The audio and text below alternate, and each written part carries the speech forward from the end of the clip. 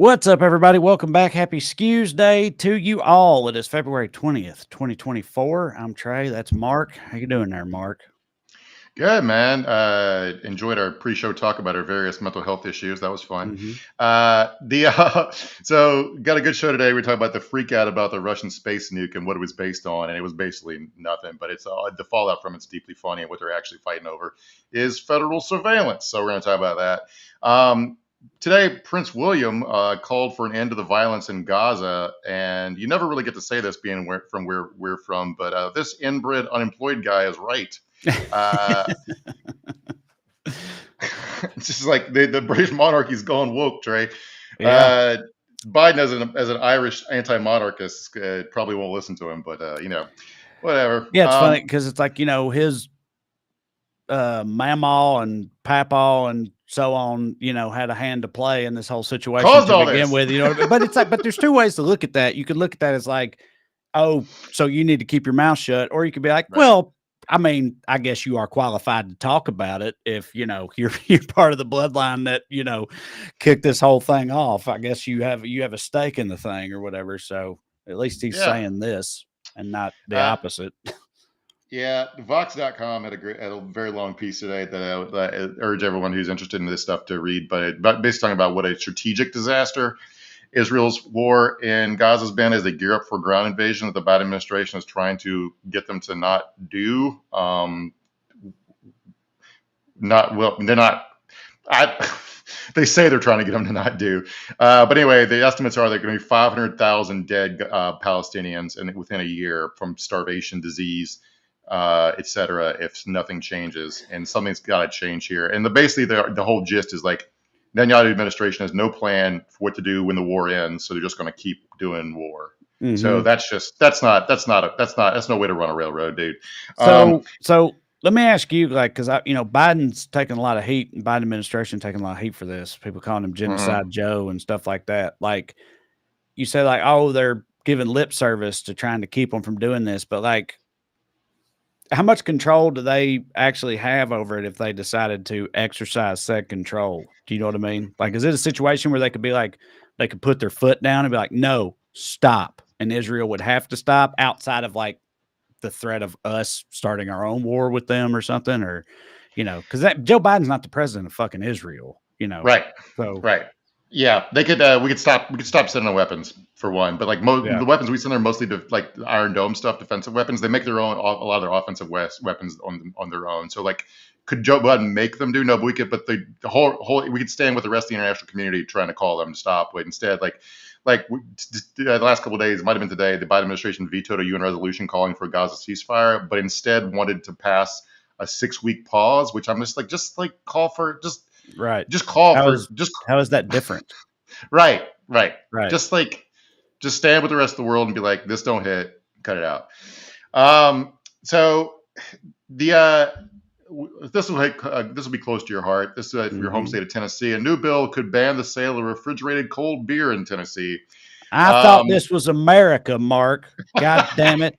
What kind of big government bullshit is this? A grown, tax-paying, red-blooded man can't even buy a cold 6-pack of beer if he wants to after work. What the fuck are we doing here? Yeah, the idea of that's what's fascinating to me. We'll get to the politics of it in a second because this is like red state Republicans doing this, obviously, because it's Tennessee. Right. But so the idea is to like get drunk driving down. Because I guess if you have to wait 4 minutes while you drop your beer in an ice cooler before you drink it. So that anyway, but the second part of the bill would also allow customers to only have a certain number of drinks at a bar or restaurant unless you like produce a designated driver, which I guess they haven't heard of Uber. The bill was introduced by a couple guys, Representative Ron Gant and Senator Paul Rose. Drunk driving has always been a big issue for Rose, and Grant was the victim of a drunk driving act crash 2 years ago. Driver crossed against the median, hit him head on. He was airlifted and hospitalized for weeks with 14 broken bones. So it's just another example of Republicans noticing an issue when it happens to them personally.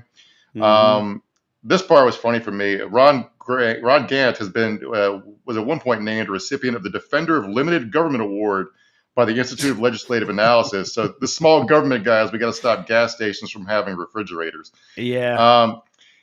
So I'm old enough to remember, like, Virginia, where I'm from, drunk driving was pretty much legal until 1984. And when they outlawed it, It did not hit for my dad and his friends. Of course not.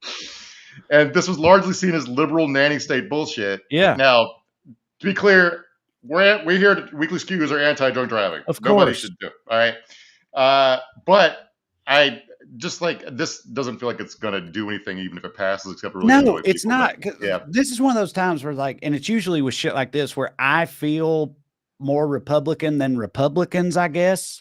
Because again, my take on this, like I said, is like, ain't this America? What happened to fucking personal freedom? What the fuck are we doing here? You know, it's like you said, it's not going to change. I know, because I was a server and a bar back and part-time bartender and shit for years. You have to get an ABC license, right? And there's already rules in place for serving drunk people, and people just break those rules. And it's like, if there's like a hard cap on the number of drinks you can have, which doesn't make any sense, by the way, because the amount of drinks that you can have versus the amount of drinks that my wife can have is vastly different, right? Yeah. So, but even if you do that, you're still going to have regulars in bars, and that's just going to get ignored. It's not going to fucking change anything. It is just some nanny state bullshit. And it's like, it always reminds me of, and I know I've told this story before, but it's been a long time. But at my old day job, I was at a training exercise one day, and it was like about laws, state level laws or something, because I work for the federal government. And they were like, hypothetical scenario.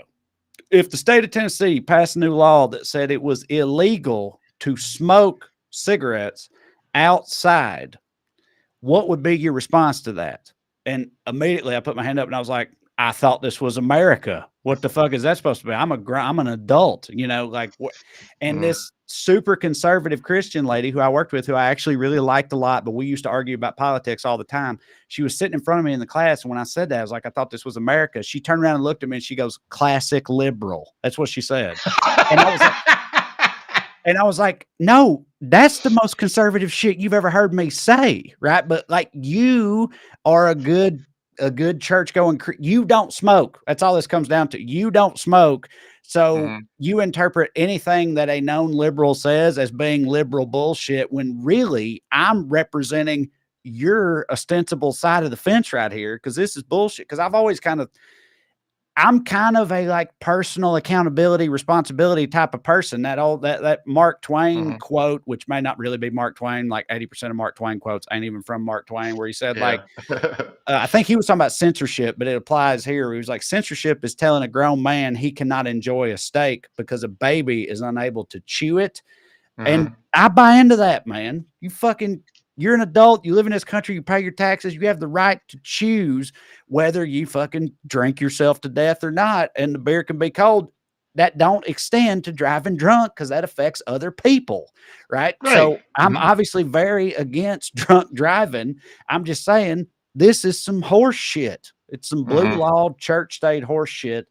And I don't like it.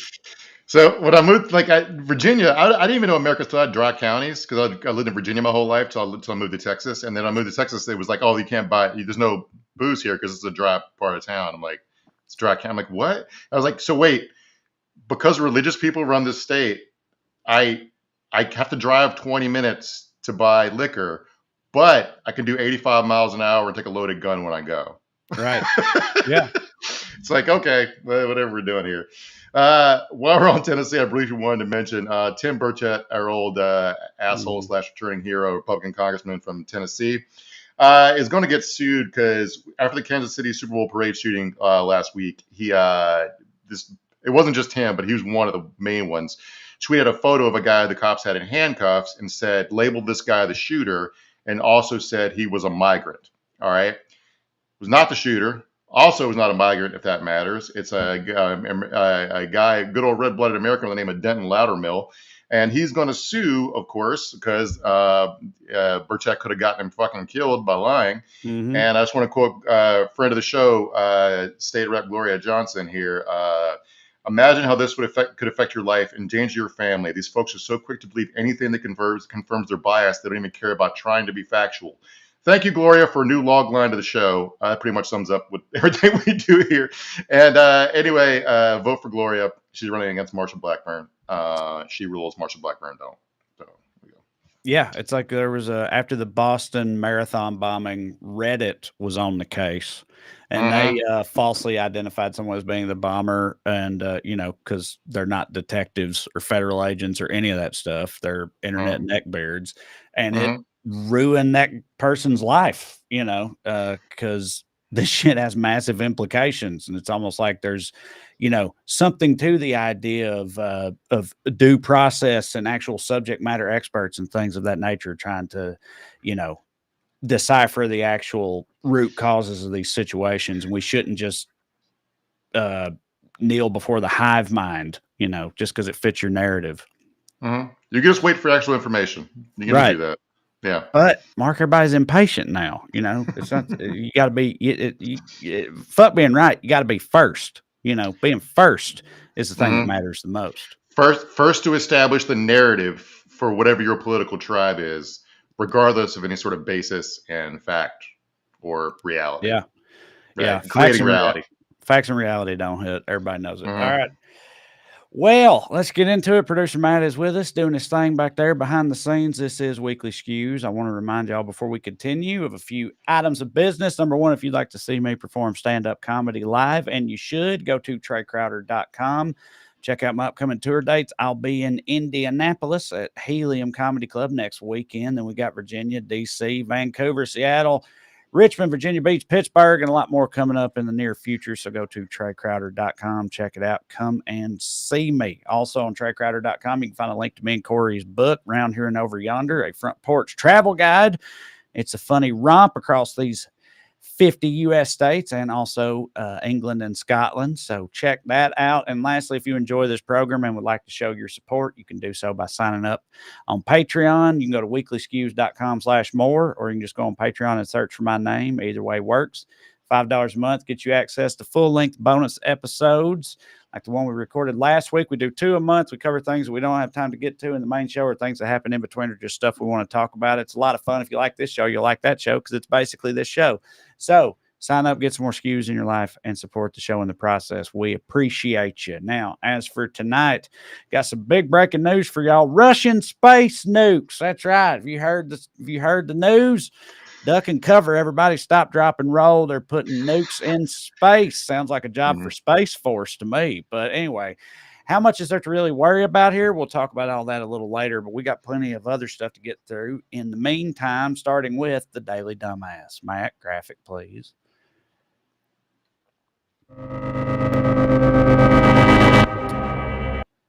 Tonight's DD, women for thinking they need rights when what they really need is to be treated like troops on an airplane. This is Ohio GOP Senate candidate Bernie Moreno. What changes would you support regarding reproductive rights or abortion as a U.S. Senator?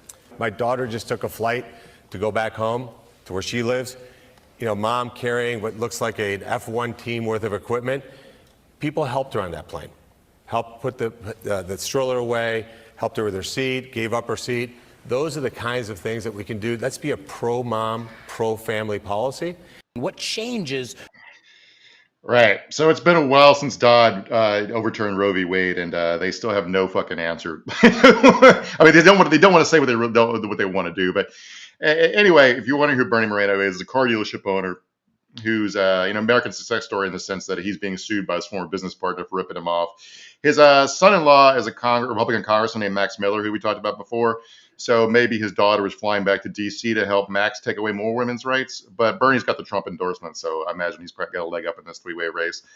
We haven't talked about reproductive rights in a while. I just wanted to mention this because a lot of stuff's getting people are bored with it, like it's old news, even though it's still driving a lot of voters.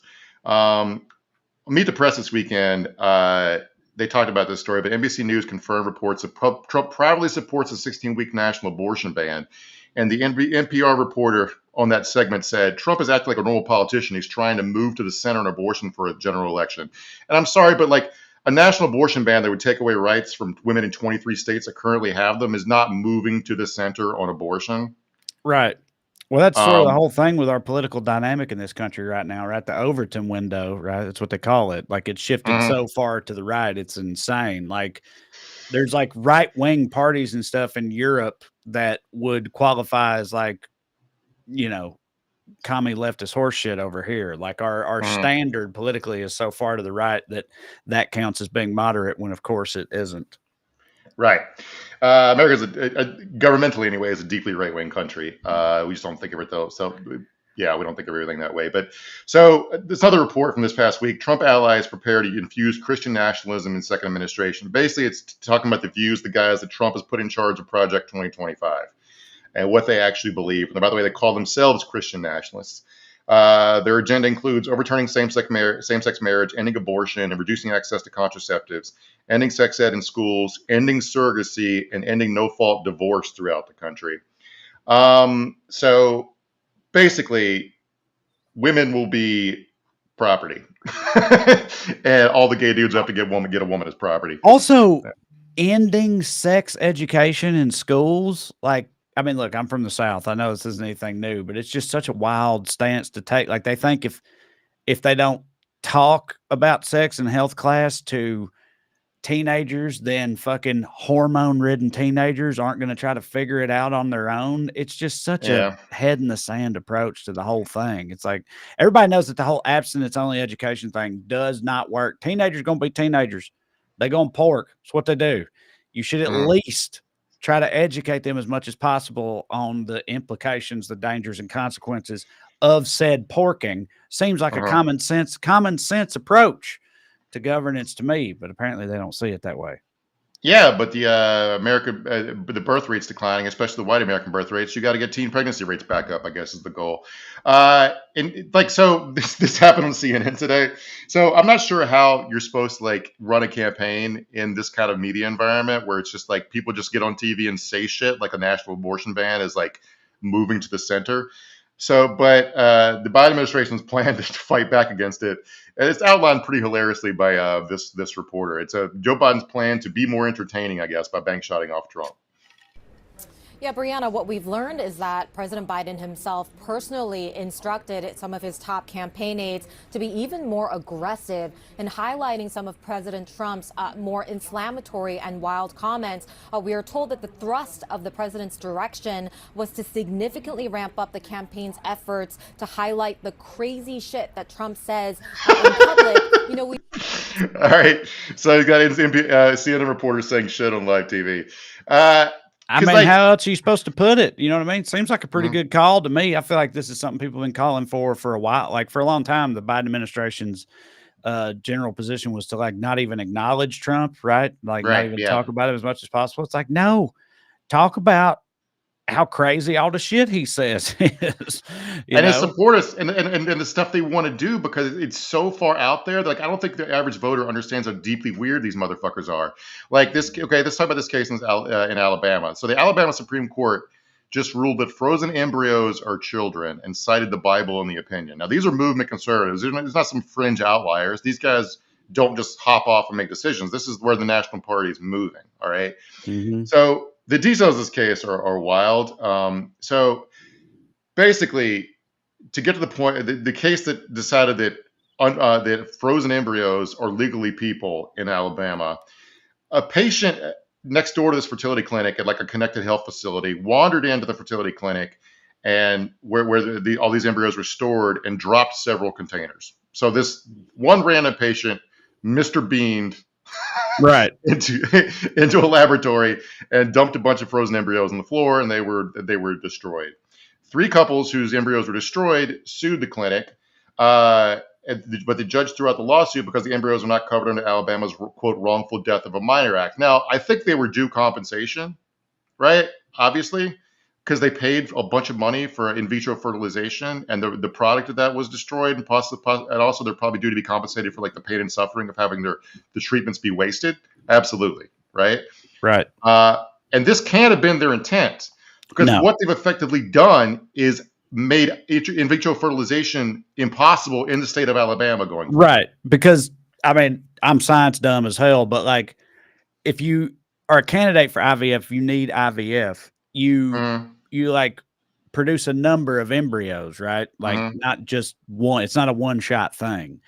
And so obviously you're not going to use all of them. And so in the state of Alabama's opinion, now all those other embryos in the process, you know, they count as real life human beings. So you'd be murdering all those if you didn't carry all of them to term. And the only possible approach to that is to just not have the process be legal at all. So there's going to be a lot of, good God-fearing Alabamians who just have fertility problems, who want desperately to have a nice Christian nuclear family, who are not going to be able to do that because of this. Right. So like I saw a number like again, this is the pro-life. This is essentially the pro-life position is that a bunch of people it shouldn't be allowed to have kids if they need scientific help with it. One estimate, I didn't realize the number was this high, even though I know a bunch of people who've had fertility treatments to have kids. But this number I read, like it's just one place, but said 15% of people need fertility treatments to help having kids. That's so significant. That's 1 in 6 couples need some help. Now, while people are waiting longer and longer to have kids for economic reasons, because like you're just not in a position to do it when you're fucking 22 anymore, generally speaking. Right. Lifestyle reasons, just because they want to. Yeah. Society works and like, but the biological truth of the matter is when you do that, when you get into your 30s and whatnot, it becomes harder, oftentimes significantly harder to conceive. And so it leaves more and more people needing to, employ these types of mechanisms, which is fine, should be fine, but not according to Alabama, I guess. All right, and right wing media is doing nonstop stories about the drop in male sperm count, and like presumably the men of Alabama have the same low sperm counts from like tight underwear and the chemicals in the water turn their frogs gay that the rest of us do. Right. But I don't really understand what they think. This is just deeply fucking silly, irresponsible people in charge of everything. And I want to read here from the Chief Justice's concurrence.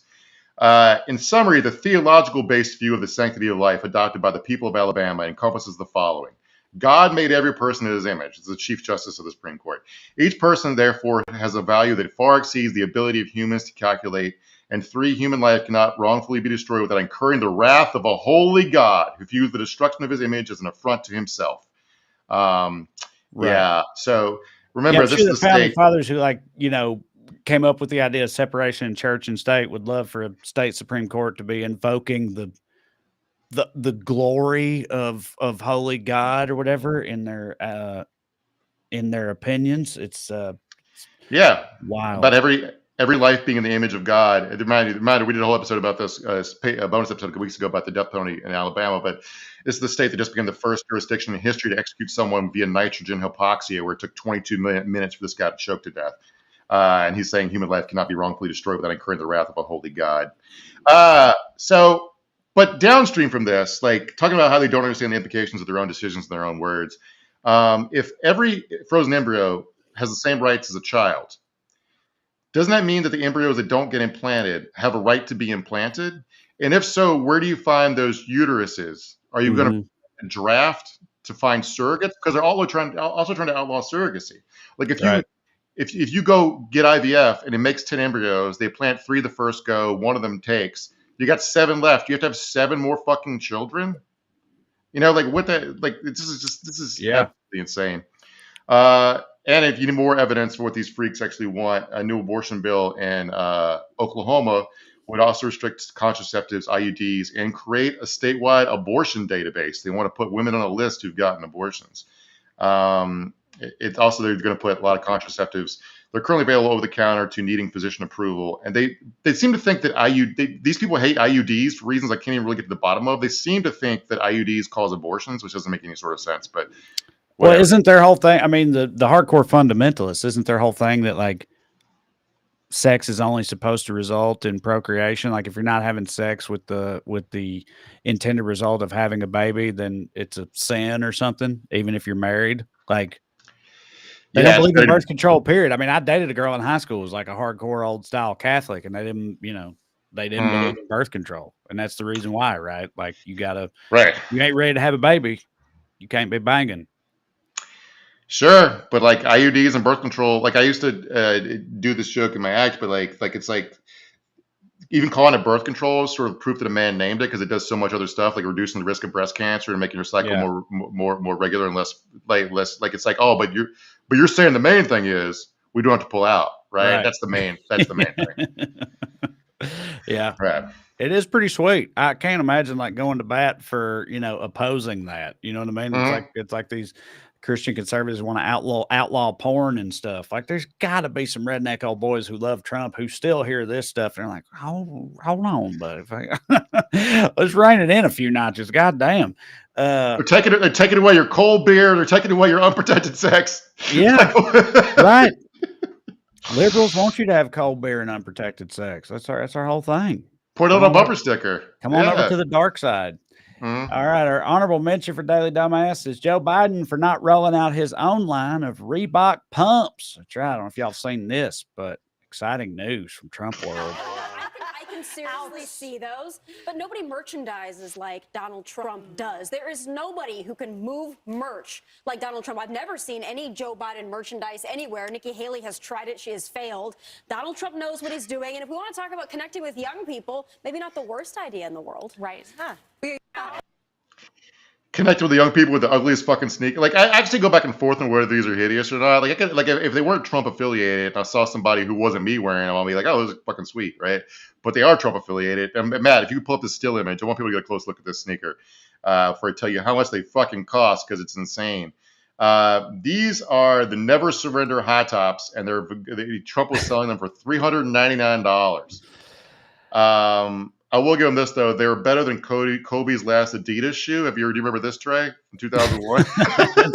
That is the space or the Tesla truck. What's it? Cybertruck? That is the Cybertruck of sneakers right there. That's truly unfortunate. So Trump went to SneakerCon in Philadelphia to roll this out, and I have no idea why he thought going like the kind of people that go to sneaker conventions, right?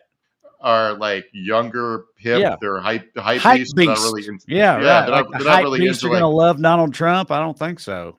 Some people did cheer, but overall, this is what the general reaction sounded like. If you have this video, Matt. Wow, a lot of emotion.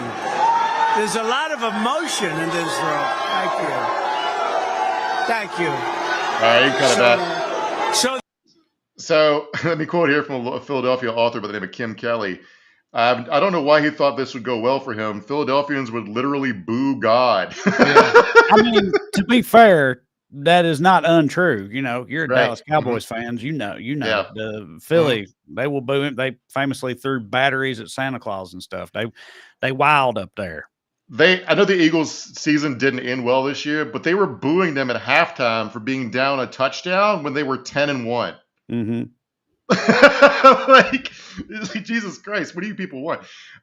So as far as the actual sneakers, there are 1,000 pairs. They're still gonna make 1,000 pairs total, and they sold out. So that means he sold, made $400,000 back, or the company selling the shoes did a $350 million judgment last week. 10 of these were autographed. As of Monday morning, more than 30 pairs were listed on eBay for thousands of dollars. At least 50 pairs appear to have already been sold on eBay, though there's no way to know if all the sales are authentic. And there's also knockoffs. There's a similar pair of hot tops listed on Temu for $18 right now. On Reddit, some users suggested it'd be easy to manipulate the pair to look like Trump's. There's also like it's Louis Vuitton angle here, where I guess Louis Vuitton owns like the trademark as having a red sole in the sneaker for a shoe that isn't red, and Trump just did that. So there's so many layers of scam here that it's hard to tease out. Yeah, I feel like I guess like McEnany or whatever said, if they're trying to like connect with the youth or whatever through these, I guess that makes it make some sense. But I feel like if you're talking about just making money, they'd do way better to have like Trump branded orthopedic inserts or something like that. You know what I mean? As opposed to these like hype beast high tops they've got. Just seems like the wrong demographic. Make some Papal friendly shoes, dude, and they'll rake it in. You know what I mean? It's always this and NFTs and stuff. Like, you trying to make money or not, And also what she said about like, I don't know any Biden merch. It's like we've talked about before with yard signs and bumper stickers and shit like that. It's just like people that are going to vote for Biden generally, by and large, are just nowhere near as cultish as they are. It's not about that. It's not it's not a pro wrestling storyline or whatever. Right. This is the guy I hope will keep us from the brink. That's all. It doesn't mean that I'm like, tattooing his face on my ass or whatnot, but that's that's just kind of a fundamental difference between the two. So no wonder Trump outsells everybody in merch. It's not at all surprising. Right. Like if you see me with a political bumper sticker on my car, I'm in the middle of driving to park on some train tracks and end it all. It's not really what I'm looking for at all. So the company making the sneakers is called 45 Footwear LLC, and they paid Trump's corp, which is CIC Ventures, which I'm assuming is Commander in Chief Ventures, a licensing fee. So Trump's not involved with the making or design of the sneaker at all. 45 Footwear LLC is based in Sheridan, Wyoming, at a rundown storefront in a shopping mall beside a chiropractor and a Sherwin-Williams. And the LLC that established its existence on January 31st, so just 3 weeks ago, this company began existing, and now they're pumping out sneakers. And not for nothing, when we did our episodes about the Panama Papers, we've noted this, but Wyoming has become a center of a lot of global money laundering because of their loose standards for setting up LLCs. Basically, what you do is you just have some American be your quote unquote registered agent. And they just like they're the face of your company in America, and they might not even know who runs the actual company. They interviewed one woman in this story who's like literally the registered agent for like 400 different companies. Just collects a check from them for being a woman in Wyoming. So I don't know who actually owns 45 Footwear. I don't know if anyone else does, or if Trump even knows. But it's going to be hilarious if this is a front for like ISIS or Khmer Rouge 2 or some shit. Right. And Trump's like helping them launder money. Also, like, it's not clear how many of these pairs of shoes actually existed. Some people did leave SneakerCon with them, the autograph pairs.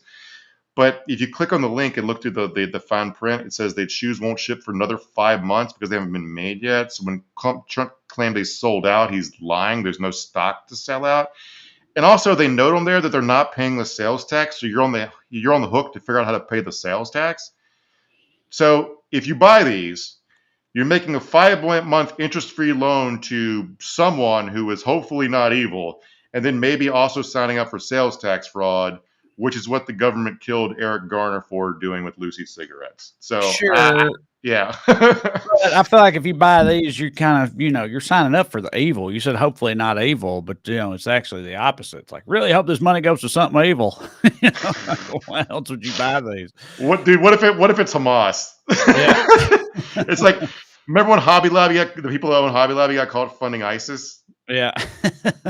Religious relics on the international black market, and turns out it was ISIS selling them. It's like, this is the kind of shit you're signing up for here. Yeah. International finance, man, it don't hit. No, it don't hit.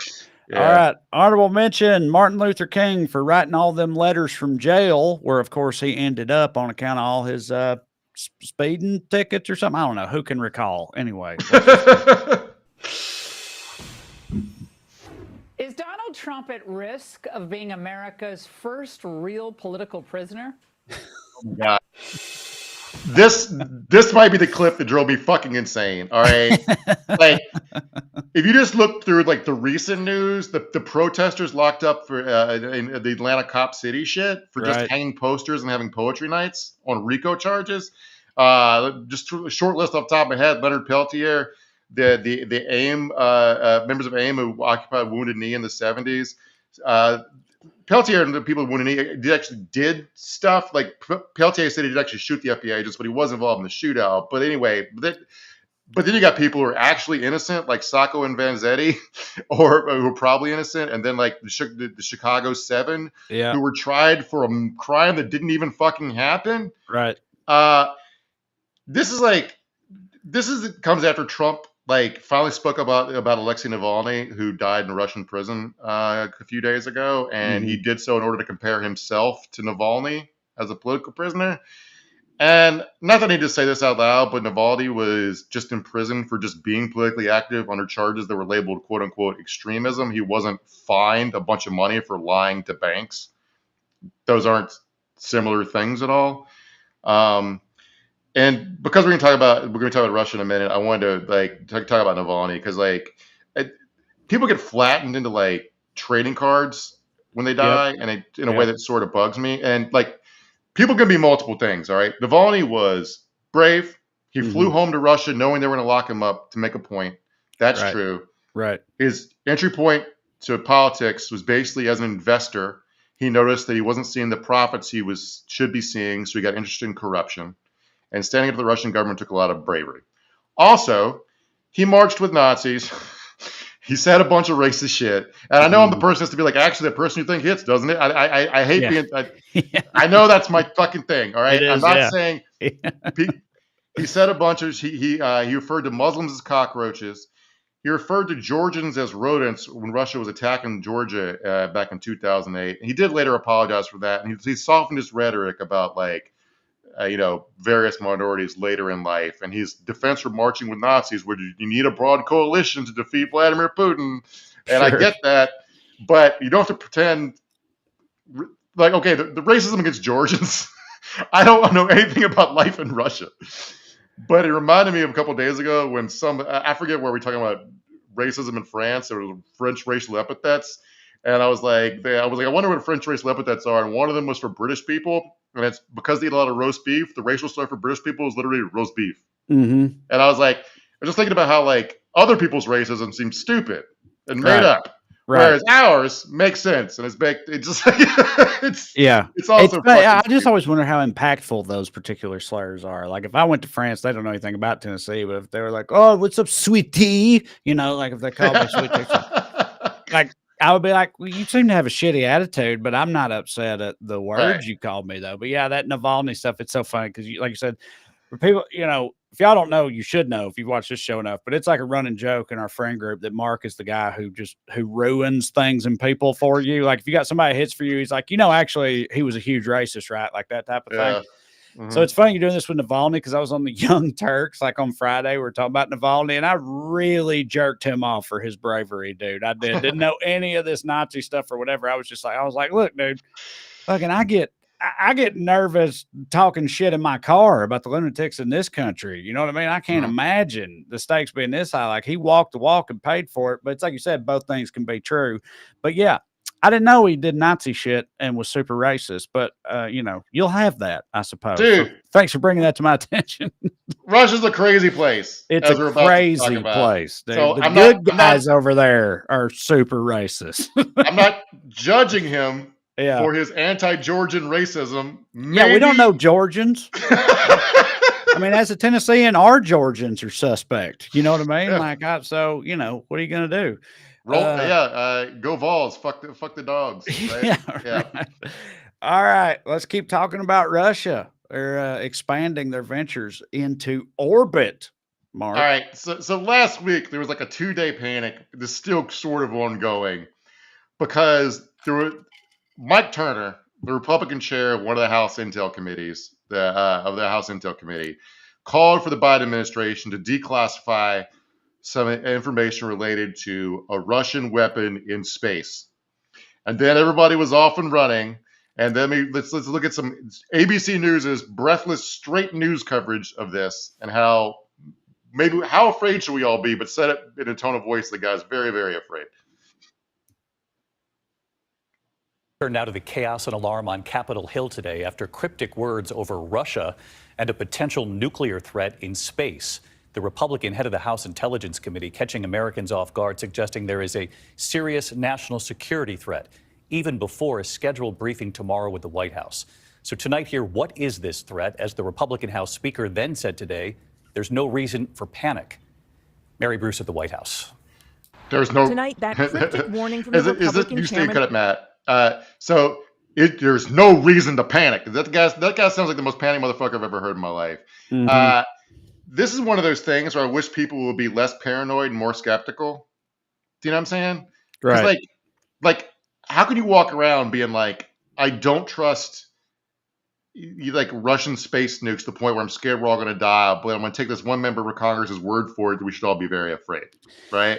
Yeah, well, it's like I feel like before the whole Ukraine thing, which is a wild way to phrase that, I suppose, but before the whole Ukraine thing, like there was this sort of this trepidation in America about Russia being this like sleeping giant militarily speaking, like, oh, you don't want that smoke from Russia. You know what I mean? Like they still like war wise, you don't want to fuck with Russia. Right. Was like a conceit that I feel like a lot of the Western world held. And then I feel like since the Ukraine situation, one of the worst things that I feel like that's happened to Russia PR wise, it's kind of exposed that as being horse shit. You know what I mean? They've exposed their own like incompetency and basement tier level of military operations in a lot of places. So I feel like now hearing them talk about we have nukes in space, you know what I mean? It's like hearing North Korea threaten to blow up the moon or something. Right. They're always saber rattling and saying wild shit. And if you heard North Korea say they're going to blow up the moon, I don't think anybody in this country would genuinely panic, even though we do love the moon and we own the moon. We claimed the moon in 1969. It's our moon. It's not their moon. It's our moon. We don't want it to get blown up by them. But if they said that, we wouldn't be worried about them blowing up the moon, you know? I feel like it's a similar type of thing, or should be. It's if you guys, it's a very famous speech, but you haven't seen a Dwight Eisenhower's speech leaving office about the military industrial complex. I feel like every American should be required to watch it like twice a year. Because if there's not an enemy, you got to make one up, right? And yet Russia has nukes. It's not like we should provoke them or anything, but also I would have thought when their tanks fell apart and were rusty trying to drive it into Ukraine, it'd been like, okay, I see what's happening here. But so how this all came about. So Mike Turner, the chair of the House Intel Committee, he's normally not a crank by 2024 Republican standards. His main thing is just normal corruption. Like his ex-wife is a lobbyist, and his net worth has gone up like tenfold since he's been in his office. And in 2008 and 2010, Turner was listed as one of the most corrupt members of Congress by Citizens for Responsibility and Ethics in Washington. So if you wonder what's actually going on, Turner seems to be up to two things. Maybe three, because he is for getting more aid to Ukraine. So saber rattling about Russia could be part of that. But also one of the things Congress is fighting about right now is trying to figure out whether or not to reauthorize Section 702 of the Foreign Intelligence Surveillance Act, which expires in April. He might be trying to make people afraid of national security threats to pass that. And he also might, just because he's a Republican, might be trying to imply that the Biden administration is unprepared for some big new threat or whatever. Section 702, if you're not familiar with it, is one of those Patriot Act-like things that lets the NSA watch us all pee. What it actually does is it permits the NSA to acquire the communications of pretty much any foreigner abroad without getting an individualized court order. And the issue with that, if you care, is a lot of Americans talk to people overseas. So if you email somebody overseas, the federal government can read your email or listen to your calls and read your text messages without having to do anything. Man, I just have been living under the assumption that they're totally doing that anyway. If they have, the intention to in the first place, you know what I mean? Sections, whatever aside, like the NSA, they be listening if they want to listen. Yeah, but at least if there's a law that doesn't authorize it, when they get caught doing it, they get in trouble. It's a problem, right? Yeah, you're right. But this information comes to the Brennan Center for Justice. You want to talk about what they've been caught doing? The FBI conducted warrantless searches in Section 702, acquired information to access communications of Black Lives Matter protesters, U.S. government officials, journalists, political commentators, and 19,000 donors to a single congressional campaign. So I don't even know, there might not have been a foreign person involved in that. They just scooped it all up. Some people, of course, because Americans still has some civil libertarians, want to reform this law, but Joe Biden and Mike Turner do not. They think it's fine the way it is. And I do want to say, I get why every executive branch wants as much power as it can get, because that's the way the system's supposed to work. The branches are supposed to fight each other over it. But also, I wish Democratic presidents wouldn't try to accrue all this power for an executive branch they're going to have to hand over to Donald fucking Trump, Right. So that's the context of this political fight. So maybe why Mike Turner called for everybody, because when he called for everybody for it to be released, the other gang of 8 people in Congress who were read in on this, and the executive branch, the Biden administration, were all like, "What? Why now? What the hell? What's happening now that makes this?" Because it didn't make any sort of sense to anybody who was read in on it. Let's talk about the weapon itself. The basic story is Russia may be thinking of putting nuclear weapons into orbit, or maybe it's just nuclear powered.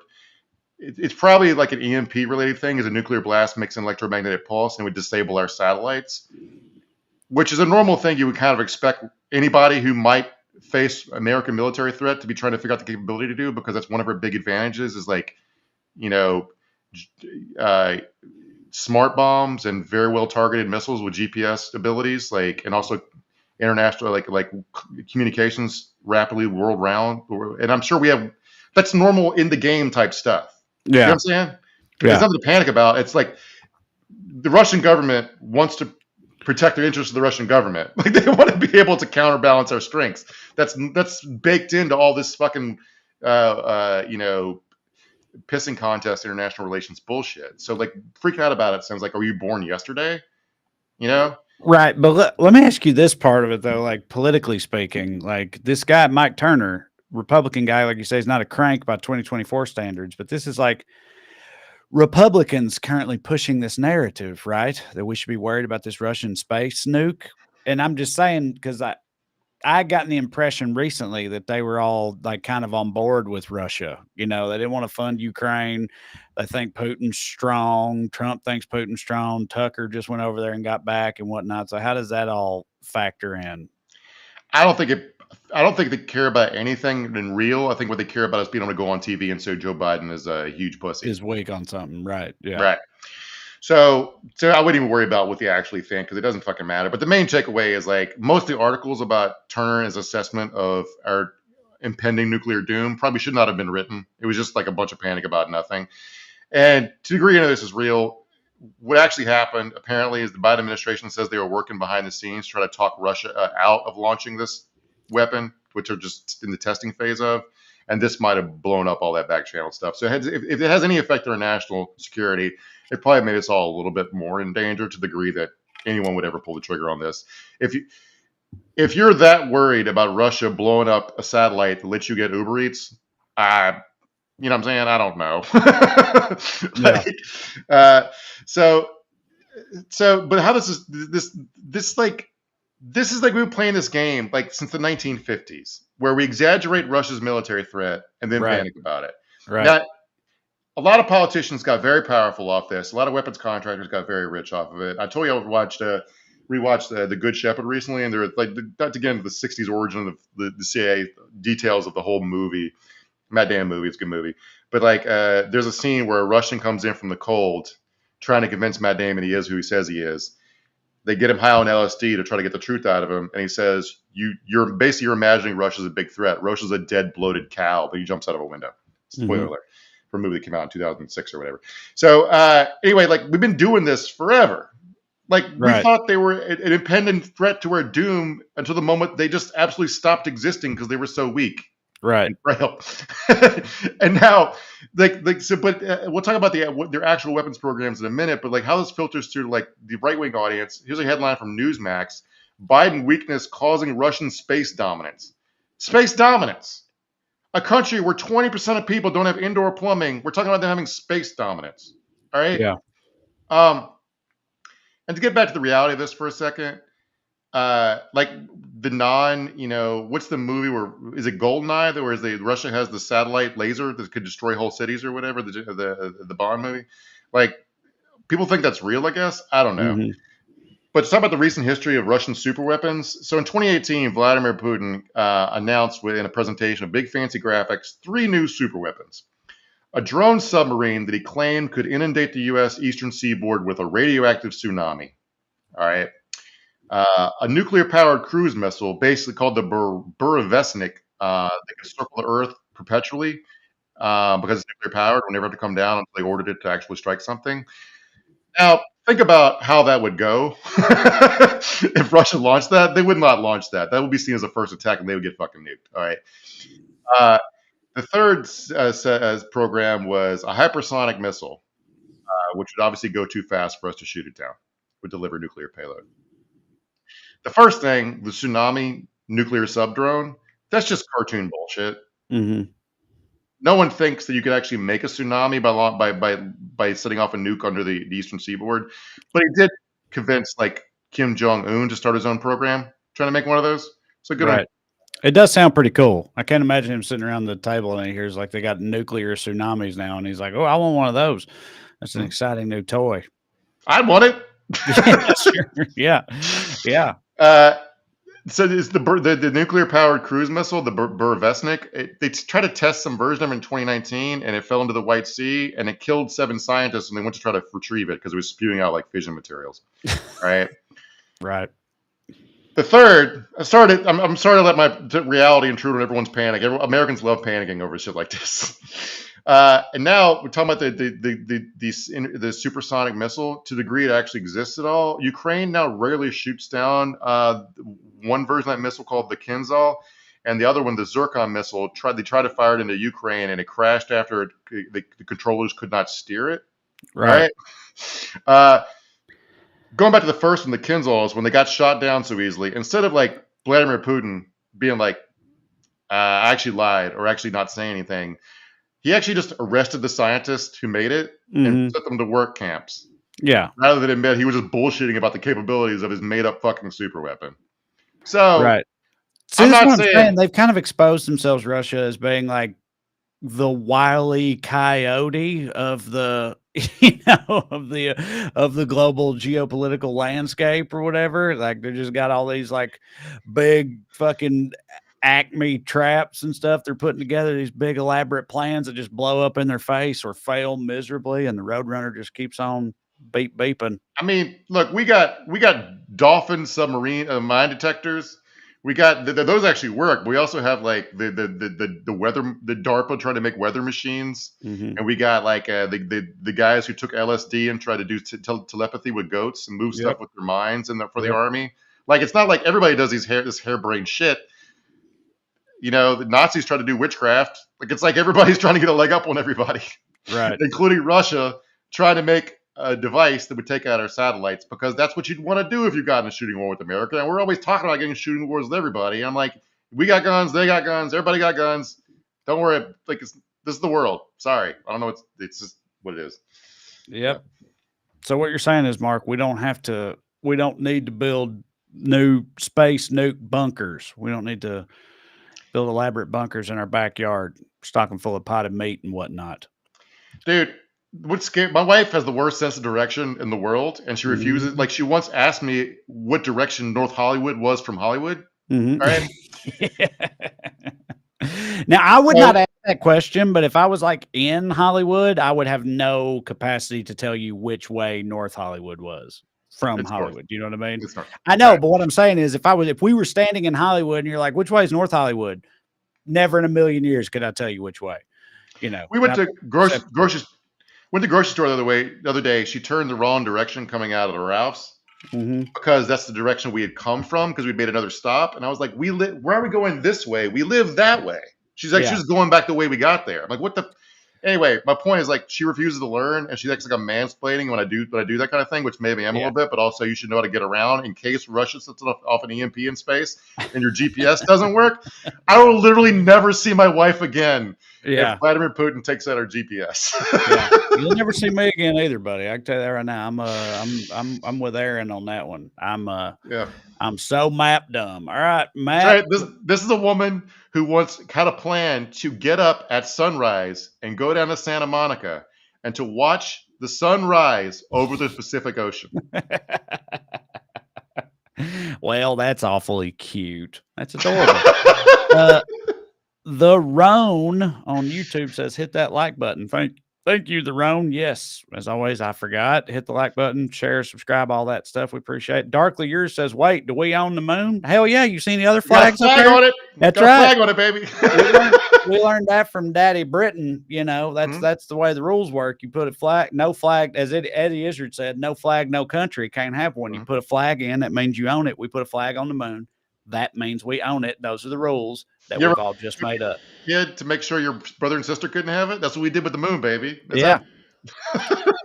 Carta on YouTube says Putin keeps saying Russia owns Alaska and they're taking it back. I saw somebody from the State Department was asked about that, and I was going to include it in one of our dumbasses, but when I went to look at the actual source material, it was like it was a mild mistranslation. It was like, I don't speak Russian, but off the top of my head, it was more like they regretted selling it to us rather than going to take it back or something. I don't know. It doesn't. Not on Sarah Palin's watch, baby. He's mad somewhat about Alaska for some reason. Yeah. Edward Westerfield on YouTube says Elon Musk wants to nuke Mars. Yeah, that was a thing, wasn't it?